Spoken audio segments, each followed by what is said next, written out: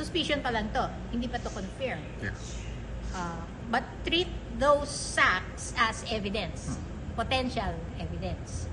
And yun na nga, I've said it before, medyo dismayado ako dun sa unang picture. May isa yatang nirelease na picture na inilabas na apparently binuksan yung sako at nilatag yung contents sa ground.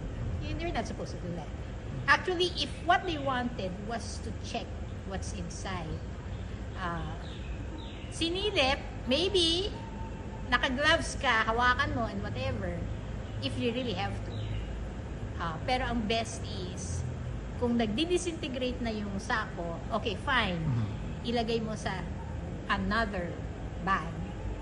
Ilagay mo sa body bag. Dalhin mo na sa morgue. Dalhin mo sa lab. Sabi ko, kung sa akin yan ni-refer, ang una kong gagawin, x-ray. Kasi it's actually even better than kinakapa-kapa mo yung bones to answer this first basic question. Are there bones inside? Are they human? Okay? Ang dali nun eh. Kapa-kapa, itsura, yes. Pero kung may x-ray ka, nandiyan naman. Yung itsura pa lang ng buto, kita mo na sa x-ray.